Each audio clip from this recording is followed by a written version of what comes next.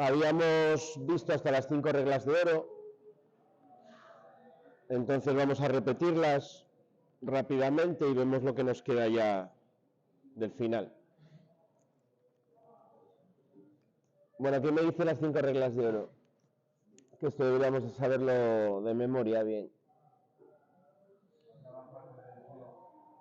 Bueno, eso es previo. Las 5 reglas de oro son el proceso que se sigue para poder trabajar sin tensión.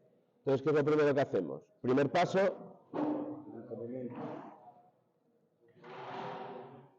se desconectan las fuentes de tensión, las que haya aguas arriba y las que pudiera haber aguas abajo. Lo normal es desconectar la instalación, tanto aguas arriba como aguas abajo.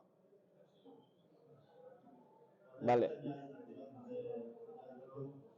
Lo segundo sería bloquear la alimentación. Una vez que tengo desconectadas todas las fuentes, bloqueo.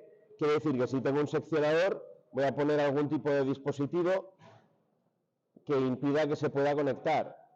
No siempre es posible. Hay elementos seccionadores interruptores que tienen unos enganches que permiten poner, por ejemplo, un candado para que no se pueda girar si es rotativo, o no se pueda subir la palanca si es del otro tipo. Los hay que tienen para meter una brida, se puede meter una brida con un cartel de señalización, de tal manera que para moverlo tienes que romper la brida. Bueno, algún tipo de dispositivo que haga imposible, si no es de manera intencionada, la puesta en tensión otra vez de la instalación.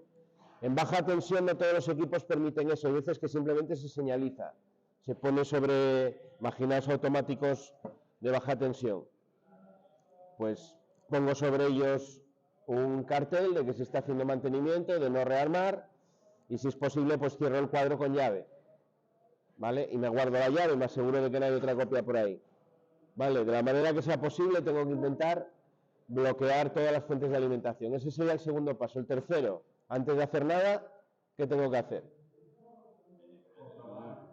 Medir tensión. Medir la tensión, comprobar la ausencia de tensión. Si es baja tensión, con el polímetro mediré aguas arriba, aguas abajo, todos los puntos alrededor donde voy a trabajar para asegurarme de que no hay tensión. Hacerlo, de aquí comprobar si el método de tensión, el aparato esté bien.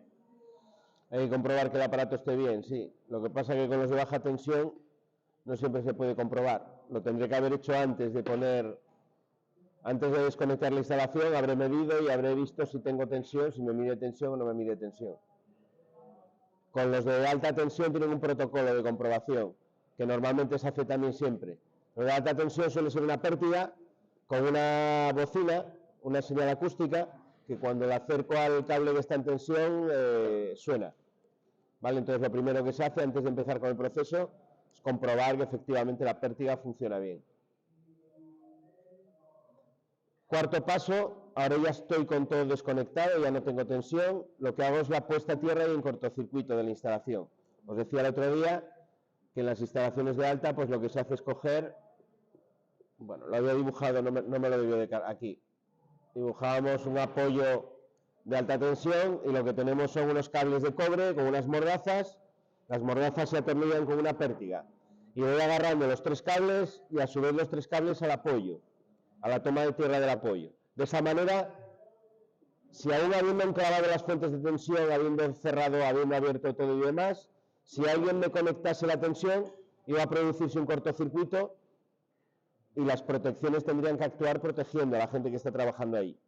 ¿Vale? Esa es la finalidad de la puesta a tierra en cortocircuito. Esto os decía que en baja tensión muchas veces no se puede hacer. No puedo cumplir con las 5 reglas porque muchos de los dispositivos de baja no contemplan esa posibilidad de poner a tierra y en cortocircuito. Si tengo un cuadro con un embarrado, en el embarrado sí se puede poner a tierra y en cortocircuito porque tengo las 4 barras y tendré además la toma de tierra del cuadro. Ahí sí que se puede hacer. Pero un cuadro de otro tipo que no tenga ese embarrado, va a ser complicado hacer esa puesta a tierra y en cortocircuito. Y por último, el quinto, delimitar la zona de trabajo utilizando vallas o cintas para indicar que en esa zona solo pueden entrar los encargados de los trabajos, ¿vale? Solamente la persona que va a trabajar allí. Hasta que no se hayan realizado las 5 operaciones, os recuerdo aquí que el trabajo se tiene que considerar que estamos en tensión. Es decir, tengo que utilizar los EPIs que se utilizarían en un trabajo en tensión.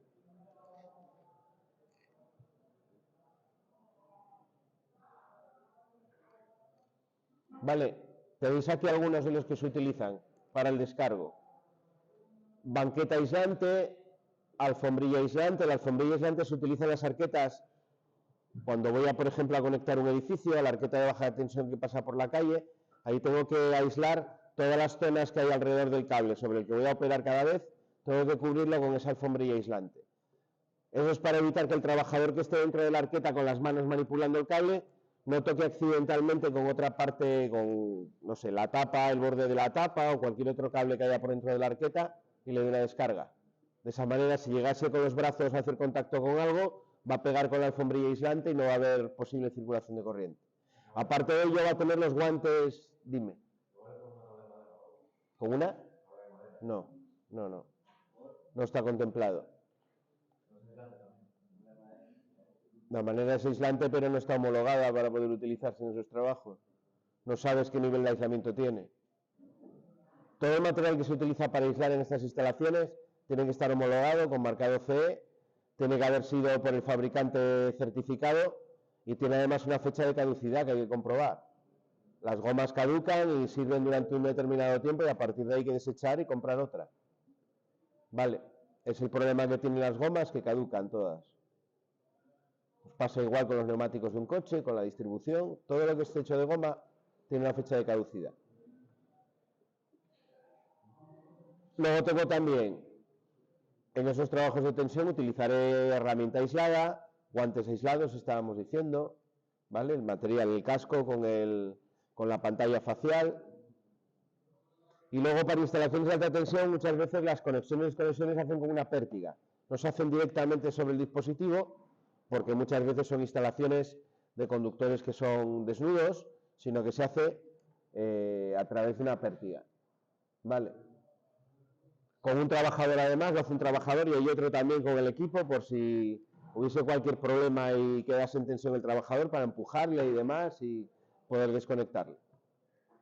Concretamente esta pértiga que hay aquí es la pértiga que se utiliza para desconectar a alguien de la red. Cuando está haciendo un trabajo en tensión, hay un segundo operario con esta pértiga que si ve que le da una descarga, lo va a tirar de él y desconectarlo.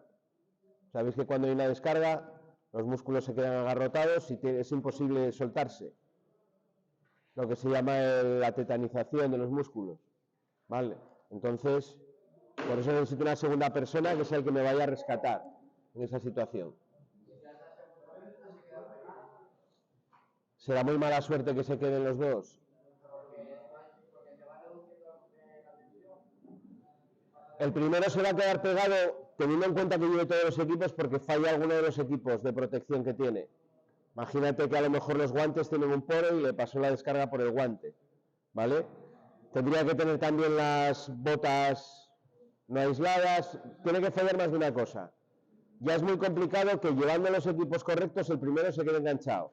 Mucho más complicado todavía que el segundo, que llevará también los equipos de protección, se quede también enganchado. Es prácticamente imposible. Con lo cual, si se diese ese caso remoto, más probable que te toque la lotería que eso, lo que pasaría sería que quedarían los dos enganchados. Pero eso no va a suceder, porque ya no va a suceder con el primero. Esto es una medida redundante de seguridad.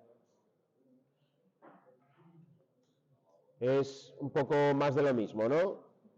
En seguridad muchas veces lo que hacemos es poner varias medidas de seguridad para lo mismo, una tras otra, con lo cual hacemos prácticamente imposible que todas ellas fallen. Como no puedo eliminar el riesgo, es el caso de los trabajos en tensión, lo que hago es poner medidas que controlen ese riesgo de manera redundante unas encima de otras para que sea imposible que haya algún tipo de problema. Bueno, otro gran campo en el tema de la seguridad que son los incendios de origen eléctrico. ¿Vale? Los incendios de origen eléctrico. De cara a estar protegidos contra incendios de origen eléctrico, básicamente la norma que hay que cumplir, aparte del Real Decreto 842 del 2002, es el Reglamento Electrotécnico de Baja Tensión. El riesgo de incendio se reduce prácticamente a nada si las instalaciones están construidas de manera correcta. Si yo he construido una instalación cumpliendo con el reglamento, El riesgo de incendio de origen eléctrico va a ser prácticamente nulo. Podría venir solo del hecho de una mala utilización del usuario de la instalación.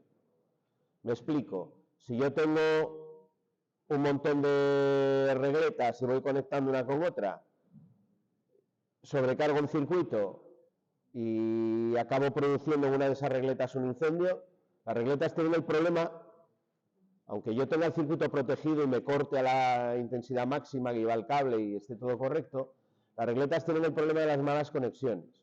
En electricidad, cuando yo tengo una mala conexión voy a tener siempre calentamiento, ¿vale? Es el principal motivo de los incendios de origen eléctrico.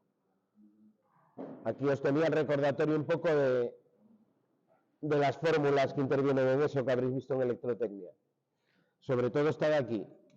Cuando yo tengo, me refiero a esta fórmula de aquí, que es la de resistencia en función de la resistividad del material, la longitud y la sección. Si la sección del paso de la corriente, tenéis un material donde la sección la reduzco mucho cuando tengo una mala conexión, ¿qué pasa con la resistencia? Que la resistencia va a aumentar mucho también. ¿Vale? Y voy a tener problemas de calentamiento. Le cuesta pasar la corriente. Voy a tener el problema también de que la electricidad va a empezar a pasar por el aire. Si hay una mala conexión, si la conexión se interrumpe, va a haber pequeños arcos eléctricos que producen mucho calentamiento. Entonces, ojo con eso porque nos va a dar problemas de incendios de origen eléctrico, ¿vale? Sobre todo el tema de las malas conexiones. Es por eso que es tan importante en las instalaciones eléctricas apretar los tornillos siempre. Es una labor que se realiza a nivel industrial en el mantenimiento. Una vez al año se pega una revisión a todos los cuadros y se aprietan todas las conexiones. Tan sencillo como alguien con un destornillador o una llave dinamométrica apretando todos los tornillos hasta el valor que tienen que estar. ¿Vale? Eso evita la mayor parte de los incendios que puedan estar provocados por un origen eléctrico. Luego vienen ya todas las manipulaciones posteriores de la instalación, que ahí no podemos intervenir. Si yo hago un montón de conexiones y puenteo las protecciones para que no me salten ante una sobrecarga, eso ya no puedo hacer nada, no estoy yo provocando, digamos, el accidente intencionadamente. Todo el tema del calor con la electricidad se relaciona por estas fórmulas que tenéis aquí, que ya conocéis. ¿Vale? Recordad, lo vimos también a principio de curso, temperaturas máximas de servicio de los materiales que estamos utilizando. PVC, 70 grados. EPR y XLP, es decir, etileno propileno y polietileno reticulado, 90 grados centígrados. Si yo tengo más calor, ese calor lo que va a estar haciendo es deteriorando el aislamiento. Si yo caliento repetidamente un aislamiento por encima de esas temperaturas, lo que va a hacer es que el aislamiento va a acabar desapareciendo. Se va a volver quebradizo y va a acabar cayendo, dejando el conductor desnudo. Un conductor desnudo va a hacer un mal contacto con cualquier otra parte, voy a tener una derivación, voy a tener un calentamiento y puedo tener un incendio de origen eléctrico. Vale. Los cables hoy en día, los materiales, que es lo que os cuenta la ficha de seguridad correspondiente, están construidos con una composición que impide la propagación del incendio y la propagación de la llama. Vale. Además, cuando en cierto tipo de instalaciones el reglamento de baja tensión os obliga a utilizar cable libre de halógenos, sobre todo locales de pública concurrencia, líneas generales, derivaciones individuales. Esos cables, además, en el caso de que se quemen, porque el cable que es no propagador de la llama no quiere decir que no se quema, pero se quema solamente donde está expuesto a la llama. La llama no se transmite a través del aislamiento del cable. Bueno, cuando se quema, los cables libres de halógenos no van a producir derivados del cloro que puedan ser tóxicos. Los cables antiguamente, cuando se empezó a utilizar cables de PVC, emitían unos gases cuando se quemaban que podían ser letales. Se calculaba que en 1 minuto y medio más o menos, en un salón, tamaño habitual que tiene un salón en un piso, el aire se hacía completamente irrespirable. Se hacía letal, vamos. La persona que permaneciese más de 1 minuto y medio, con muy alta probabilidad moría, intoxicado. Producía unos gases, para que os hagáis una idea, muy similares a los que se utilizan en la cámara de gas para ejecutar arreos en Estados Unidos. Desde que existen los cables libre de halógenos y demás, bueno, ya el cable normal ya no produce esos gases, El cable de PVC normal, en su composición, no va a tener ese nivel de toxicidad. Pero existe otro tipo de cable, que es el libre de halógenos, que no tiene toxicidad ninguna, en el caso de quemarse. Vale, los cables se publica concurrencia, derivaciones individuales, líneas generales, lo habréis visto en el reglamento.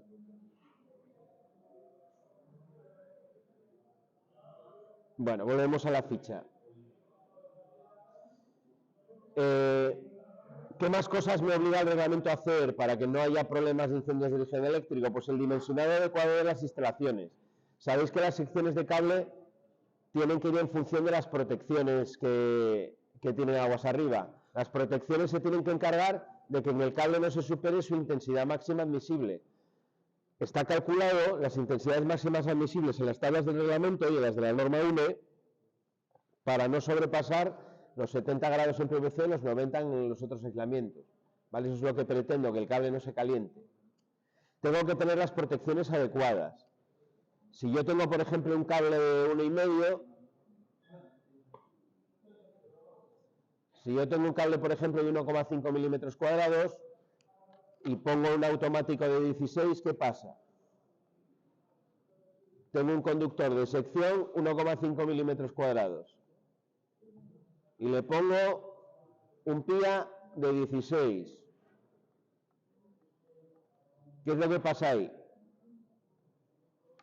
¿Qué estamos haciendo mal? El cable se puede llegar a quemar. La intensidad máxima admisible que tiene el cable de 1,5, ahí depende ya de las condiciones de instalación. Pero bueno, vamos a poner que anda sobre unos 12 amperios. Vale, depende de los factores correctores que yo le ponga en el reglamento. De todas maneras, 12 es más pequeño que 16. Con un PIA de 16 yo no lo estoy protegiendo porque estoy dejando que pasen 13, que pasen 14, que pasen 15 amperios y que me estén calentando el cable. Si yo dejo que en un cable de 1,5 pasen estas intensidades, lo que estoy haciendo es que probablemente voy a superar esa temperatura máxima del cable y lo voy a quemar con el tiempo. ¿Vale? Por eso es muy importante que las secciones de cable y las protecciones sean las adecuadas. El reglamento para una vivienda os dice esos calibres. El de 1,5 lleva un PIA de 10, la sección de 2,5 lleva el de 16, 4 con la de 20, ¿vale? 6 con la de 25. Eso acordaros. Luego, para las instalaciones de locales, como las tablas y el tipo de instalación, si es el mismo que mi vivienda, va a ser más o menos las mismas intensidades, pues nada, más o menos os acordáis. Y para otras situaciones de instalación, pues consultamos el reglamento. ¿Vale? Es muy típico en instalación industrial que tengamos que mirar por la instalación en bandeja, ¿no? Que es algo diferente. Desde el punto de vista de la disipación de calor, tener el cable en bandeja es más favorable para el cable, tenemos más margen. ¿Cuál es el problema que tiene la bandeja? Cuando tengo un montón de cables en la misma bandeja. Porque entonces ocurre lo contrario, ocurre que unos cables recalientan a otros. Y entonces tengo que aplicar unos factores correctores en el reglamento para calcular bien la intensidad máxima del cable. En función de esa máxima intensidad del cable, escojo siempre una protección que sea más pequeña, de calibre, para que me lo proteja. Haciendo eso, siempre lo voy a estar haciendo bien.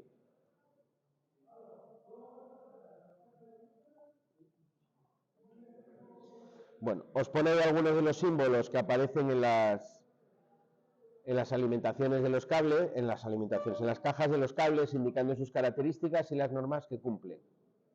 ¿Vale? El símbolo de no propagación de la llama, no propagación del incendio. No propagación de la llama quiere decir que arde sin llama. ¿Vale? No propagación del incendio, que además de arder sin llama, no se va a propagar el incendio a través del propio cable. Baja opacidad de los humos emitidos, es decir, no va a emitir humos que impidan la visibilidad. En el caso que os decía antes, los cables de PVC antiguos, además se producían unos humos que hacían imposible salir de la habitación. Es muy interesante, no sé, bueno, cuando estéis trabajando seguro que os tocará hacerlo. Aquí lo hemos tenido que hacer los profesores del cole, un curso de protección contra incendios, y normalmente en esos cursos se hace una prueba que es meterse en una simulación de habitación con los humos que tendríamos en el caso del incendio. y realmente es que no se ve nada, no te ves ni la mano aquí delante. Completamente a oscuras y no te ves, no tienes manera de salir más que a palpo. Por eso en todos los locales comerciales, teatros, cines, todo esto, que el cable cumpla con todo esto es muy importante, porque en el caso de una evacuación por un incendio, la gente tiene que poder ver las señalizaciones de las vías de evacuación y demás. Y luego el cable libre de halógenos, que es ese que os pone la calavera con el tachado ahí, ¿no?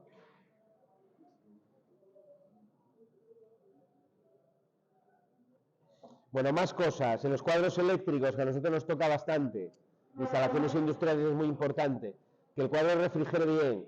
Lo vimos en las primeras unidades didácticas, lo que pasaba con el tema de la temperatura en los cuadros, cómo había que ventilar el cuadro en el caso de que no se pudiese disipar bien la temperatura.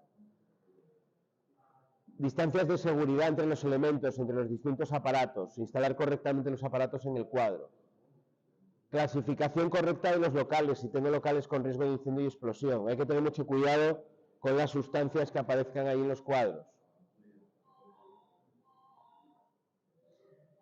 Más cosas que esto a nivel también de instalación de usuario hay que tener en cuenta. No sobrecargar ninguna toma de tensión.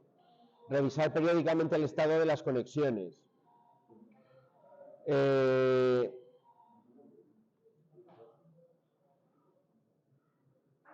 Detectar en el mantenimiento puntos calientes con la termografía, si es posible. ¿Vale? Eso es bastante interesante poder hacerlo también, si se dispone de ese tipo de cámara. En el caso de que un incendio ya se haya producido, os da también alguna indicación. Dice, no utilices nunca agua para apagarlo. Recuerda que el agua es conductora. Bueno, esto vamos a comentarlo ahora.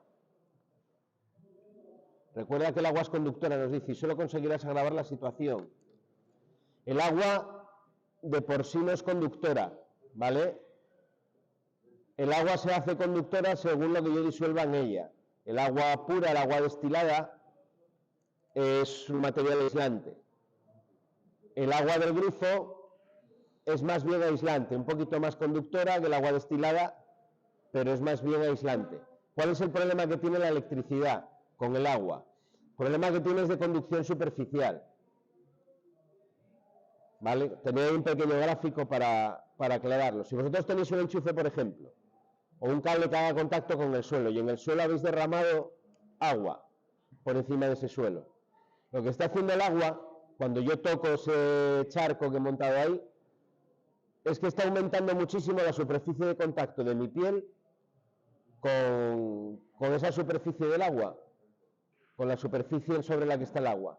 Y esa superficie, si está puesta en tensión por una fase, por lo que sea, si aplicamos de nuevo la fórmula que poníamos antes, lo que he conseguido hacer, ¿qué es?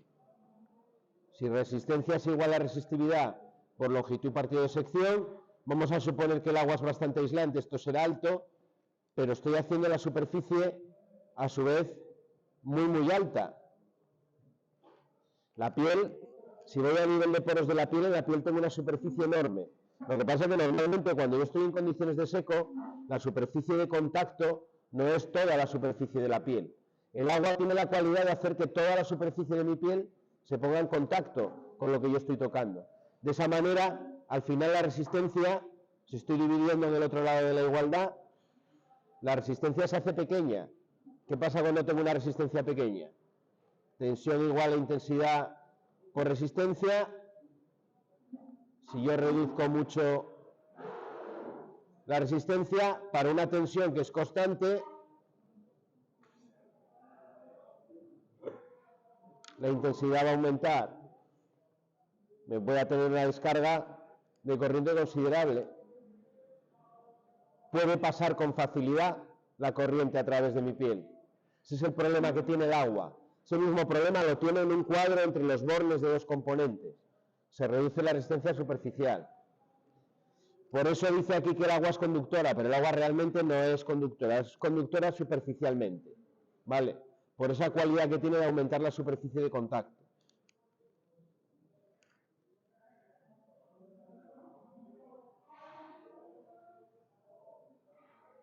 Bueno. Hay que utilizar un extintor que sea válido para fuegos de tipo eléctrico.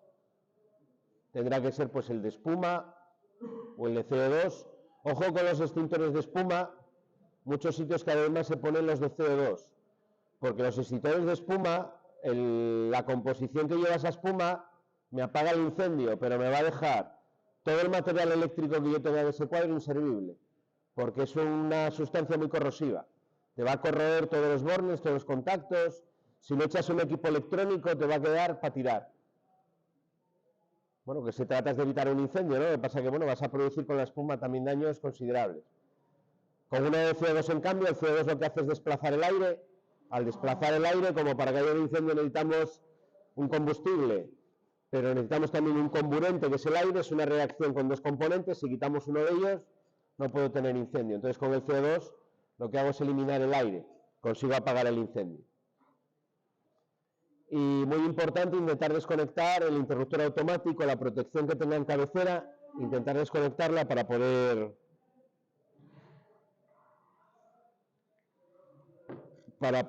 dejar sin tensión la instalación y evitar la fuente del incendio, ¿no? Si es un incendio de origen eléctrico, pues tendré que acabar con la fuente ahí. ¿Son los cortocircuitos una fuente habitual de incendios de origen eléctrico? Habitualmente no. Un cortocircuito habitualmente no es una fuente de un accidente, de un incendio de tipo eléctrico.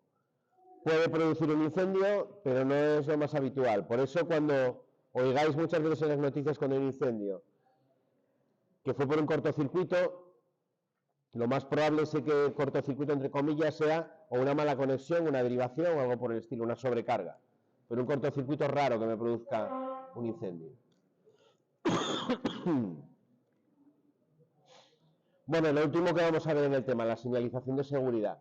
Eso también como trabajadores, sobre todo cuando estéis en obra o industria, os vais a familiarizar con este tipo de señales que tenéis que conocer, ¿vale? Si entendéis el significado un poco de los colores y las formas, os da ya casi toda la información. Círculo rojo, prohibición. Cuadrado, rectángulo en verde, primeros auxilios. Nos da normalmente avisos de seguridad, por dónde tengo una salida, por dónde tengo un extintor, etcétera, etcétera. Bueno, un extintor no, porque lucha contra incendios viene en rojo. El triángulo amarillo, siempre peligro, es el color que habitualmente se relaciona con el peligro. El azul, obligación, y el rojo, la lucha contra incendios. El tema de los colores se usan también por razones psicológicas. Está estudiado que los colores nos influyen de determinada manera psicológicamente. En la cultura occidental, además, los tenemos asociados con diferentes significados. El rojo normalmente, como es el color de la sangre, lo tenemos asociado con el peligro, con cosas de ese estilo. El verde es el color de la esperanza, por eso nos lo pone aquí con los primeros auxilios. El amarillo es un color que suele indicar peligro. Los animales, por ejemplo, en la naturaleza, que son venenosos, muchas veces son de color amarillo. Bueno, ¿qué señales tenemos por ahí? Bueno, tienen una serie de iconos dentro, que son los que nos dan la información. Yo tengo marcados hoy algunos, pues muy típicos, ¿no? Cargas suspendidas, caídas a distinto nivel, muy típicos de horas. Materias nocivas o irritantes, en procesos industriales, según donde debéis estar trabajando, pues se ve bastante también. La de peligro en general, la de riesgo eléctrico muchísimo, materias tóxicas y luego junto con ellas pues muchas más, ¿no? Bueno, es echarles un vistazo, son bastante autoexplicativas muchas de ellas, con lo cual no es difícil entender lo que me quieren decir. Ahí tenéis señales de prohibición. Prohibido fumar y encender fuego, prohibido el paso de peatones, prohibido apagar con agua, y os dibuja un cubo y la llama, agua no potable, entrada prohibida a personas no autorizadas, prohibido vehículos de manutención y no tocar, ¿no? Algunas de ellas. Luego ese círculo azul, las que tienen fondo azul, normalmente en círculo nos indican obligaciones, cosas que tengo que utilizar. En estas veis cómo señalizan los diferentes EPIs que tengo que llevar. Muy típico ver en la entrada de una obra un cartel grande con todas esas indicaciones. Muy típico las gafas, el casco, la protección de los pies.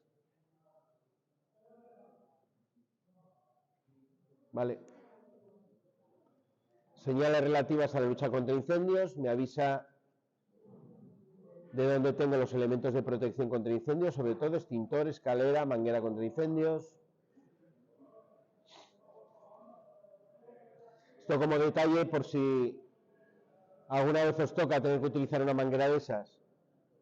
Hay dos tipos de mangueras contra incendios. Hay unas que son planas, que por fuera la apariencia es como de tela, y hay otras que son como una manguera de las que utilizamos para regar en los jardines, que es rígida, de goma. Las dos están enrolladas. Esas mangueras tienen una diferencia. La que es plana, para poder utilizarla, tengo que desenrollarla completamente de la bobina donde está enrollada, ¿vale? Porque si abrís el paso del agua con una manguera de tipo plana enrollada, la bloqueáis. Al hincharse dentro de la bobina, se va a bloquear el paso del agua y no vais a tener nada. Entonces esa debería desenrollarla completamente y luego encender el grifo. En una de las que son rígidas, que son las más típicas, en locales así donde haya público, en esas puedo encender el grifo con ella plegada, que como mantiene su sección uniforme en toda la bobina, se puede pasar el agua con ella enrollada sin problema. Como una curiosidad, por si alguna vez os toca. Y las señales de salvamento y socorro, esas las veis también en muchos locales de pública concurrencia, avisando, advirtiendo de dónde tengo que evacuar en el caso de un problema. Esto es una práctica de autoprotección muy buena que deberéis de hacer todos. Yo os aconsejo cuando entréis en cualquier sitio, sobre todo si es un sitio que percibís que puede haber peligro en el caso de una evacuación, echar un vistazo a dónde están todas las vías de evacuación, todas las señales. Yo en los hoteles lo hago siempre he hecho un vistazo. En las habitaciones suele haber un sinóptico con la planta del hotel y os avisa de las vías de evacuación. Es bastante útil porque nunca vais a saber cuándo os va a hacer falta. Y en el momento en el que os haga falta, si lo tenéis más o menos claro, pues lo más posible es que podáis evacuar con éxito. Si os liáis, pues igual hay un problema. Tened en cuenta que en el caso de un incendio a lo mejor tenéis que evacuar con humo. Tenéis que ir a gatas porque el humo normalmente se va a ir hacia la parte superior, por lo general depende del incendio, pero suelen irse hacia arriba. Vais a tener que ir gateando y o tenéis muy claro ya el camino que vais a seguir, o hay veces que es imposible. Entonces una buena práctica es cuando lleguéis a un local, a un sitio que no conocéis, echar un vistazo a las señales.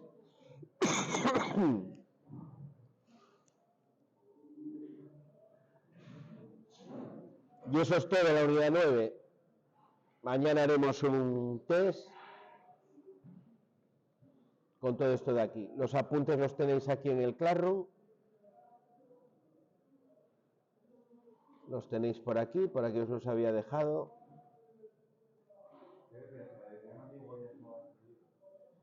Mirad a ver si lo tenéis en el libro. Algunos, si tenéis una edición que os hayan dejado otros años, probablemente lo tengáis. Son unas fichas que hay al final del libro. Vale, ese es el PDF donde tenéis todo esto que hemos puesto en la explicación, lo tenéis ahí. Vale, y aparte los vídeos están grabados para que los podáis consultar. Lo más importante de este tema es que lo interioricéis, que os recordéis un poco todos esos detalles que vimos, porque os va a hacer falta en el mundo del trabajo cumplir con todo esto.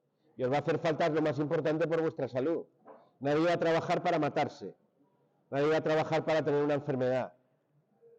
Entonces, los primeros que tenéis que empezar a cuidaros sois vosotros. Las empresas hoy en día están muy concienciadas y suelen, a fuerza de la ley o por la fuerza de la ley, suelen cumplir con todas estas cosas. Eso no quita que en un momento dado alguien se olvide de daros algo, de daros un EPI o de... Para eso está el trabajador, para decir, oye, necesito esto para hacer este trabajo. Lo pedís, lo normal es que os lo den sin problema y a funcionar. El empresario hoy en día es el primer interesado en que no haya ningún problema, en que no os manquéis. Luego ya como trabajador lo que tengo es que utilizar las herramientas y trabajar de manera correcta. Siempre cuento la anécdota de un alumno que estaba en prácticas de FCT creo que a vosotros ya os la conté, la voy a repetir rápidamente. Le mandaron poner un sensor de una alarma y entonces el oficial que estaba con él le dijo, te subes a la escalera y pones el sensor lo más arriba que puedas. Entonces él se subió al último escalón, se puso de puntillas, cogió el lápiz, se estiró todo lo que pudo y marcó el agujero para poner el taladro. O los dos agujeros para poner el taladro. Bueno, los agujeros los marcó muy bien, luego llegó con el taladro, un taladro de los que se utilizan en obra, que tienen un cierto peso, no es el que tenemos en casa, es un poco más grande, puso la broca de vía, todo correcto, se sube a la escalera, se pone en el último escalón, se pone de puntillas y con el peso del taladro caía para atrás. Y bueno, tuvo suerte que solo se mancó una muñeca al caer y al apoyar, no se dio en la cabeza ni nada. Eso es un accidente por negligencia del trabajador. La escalera estaba homologada, tenía todo lo que tenía que tener, lo que pasa que hizo el trabajo como no debía de hacerlo. El oficial le quería decir que lo pusiese lo más alto posible dentro de poder ponerlo con seguridad. Entonces, quiero decir con esto, aparte de que os den todos los EPIs y que os formen en la empresa, tenéis que ser vosotros los que estéis concienciados de vuestra seguridad, lo primero. Tenéis pocos años, nos pasa a todos, nos pasaba que cuando tienes pocos años percibes el peligro de una manera distinta, porque al ser jóvenes tenemos, o tenéis, porque ya no soy joven desgraciadamente, tenéis el concepto de que vuestra vida es eterna y de que no nos pasa nada y de que podemos con todo, y no es cierto. Se ve o se observa cuando se os ve a algunos utilizar los coches. De la manera en la que utilizáis los coches es bastante representativo. Digo los coches porque el coche es un artefacto súper peligroso. El coche no os dais idea, algunos os la daréis, pero no todos os dais idea de lo peligroso que es un coche. El coche es un arma letal en manos inexpertas o atrevidas. Entonces, el trabajo es exactamente lo mismo, tenéis que intentar percibir el peligro y actuar en consecuencia, ser coherentes con eso. Necesito también, lo dije muchas veces, trabajar de manera consciente. Tengo que estar con la cabeza en lo que estoy haciendo siempre, siempre. Harto estoy también de decir el tema del alcohol, no lo puedo combinar con trabajo, el tema de las drogas, no lo puedo combinar con trabajo, el tema de ciertas medicaciones, pues desgraciadamente con ciertos trabajos que son peligrosos, tampoco lo podré combinar. Cierto tipo de sustancias que nos afectan, la manera en la que nuestro cerebro y nuestras reacciones funcionan, y no lo podemos combinar con ciertos trabajos. Entonces tenerlo presente. Y no es ninguna broma. Y no es ninguna broma. Las drogas en general nos reducen, muchas de ellas, la mayor parte, la actividad cognitiva nos la reducen un montón. La capacidad de pensar con claridad nos la reduce mucho. Y con los coches se ve, el conducir un coche, que es una tarea compleja, aunque una vez que sabes conducir lo haces de memoria, con cierto automatismo, ¿no?, en tus movimientos, conducir un coche es una tarea bastante compleja. Y se nota mucho en cuanto bebemos alcohol que no conducimos bien. Y además te da la falsa sensación de que conduces mejor que nunca, que es el peligro que tiene. Sé que esto lo habéis oído 50 millones de veces, pero es que es real y es así. Yo sigo el principio de que si tengo que llevar el coche, no bebo nada. Sigo ese principio, es una pequeña putada, con perdón, porque como te toque conducir, los demás a lo mejor sí que van a beber lo que beban con la comida, si vas a comer, por ejemplo, o a cenar, y tú te tienes que fastidiar, pero aseguras de que vas a volver en plenitud de facultades. Con el trabajo es lo mismo. No me puedo subir un andamio a poner por ahí mecanismos o tirar cable si no estoy al 100%. Espero que luego de unos años no tenga que ir, me venga alguien a contar que alguno de vosotros tuvo algún problema de este tipo, ¿vale?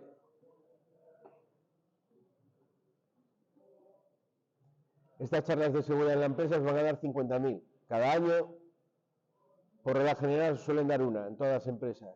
Luego tendréis charlas específicas para cursos específicos. Según lo que vais a trabajar, os darán charlas de riesgos específicos de la empresa. ¿Vale? Manipulación de, no sé, de plataformas elevadoras, las carretillas. Aquí se está dando un curso en el colegio ahora de todo ese tema. El riesgo eléctrico, trabajos en la construcción, no sé, trabajos en altura. Hay un montón de certificaciones y de cursos que cuando estéis ya metidos en el ciclo de las empresas, según lo que vais a hacer, pues os van a ir dando. Y os repetirán todo esto mismo, el mismo rollo otra vez, hasta que os quede grabado a sangre y fuego. Tener en cuenta que los problemas de accidentes de trabajo hoy en día son, según el Código Penal, delitos muy graves, ¿eh? Implican a la Fiscalía, y la Fiscalía se va a poner sin que haya ningún tipo de denuncia, se va a poner a trabajar, se va a presentar la Guardia Civil o la Policía Nacional donde haya habido el accidente, y lo primero que hacen es identificar a todo el mundo. Y en caso de juicio, todo el que pasaba por allí va a estar imputado en el juicio. Quiero decir, desde el trabajador hasta el jefe máximo de la empresa, toda escala, van a estar todos ahí implicados. Hasta tal punto es que algunas empresas, a mí me contaron que daban las instrucciones a sus encargados de seguridad de que si había algún accidente, tomasen nota de todo y se pirasen antes de que viniese la autoridad, para no ser identificados. Luego ya, cuando la policía hace un requerimiento a la empresa para que identifiquen, bueno, al final te acabas identificando, pero... Vale, trae luego penas incluso de cárcel, y en el caso de que haya una negligencia grave por parte de la empresa, las penas pueden ser importantes. En el caso, por ejemplo, de un fallecimiento de un trabajador, puede haber problemas serios para los responsables. Por eso os van a dar en las empresas mucho la vara con este tema. Son los primeros interesados en que no haya ningún problema. Y desgraciadamente sigue habiendo muchos accidentes laborables, más que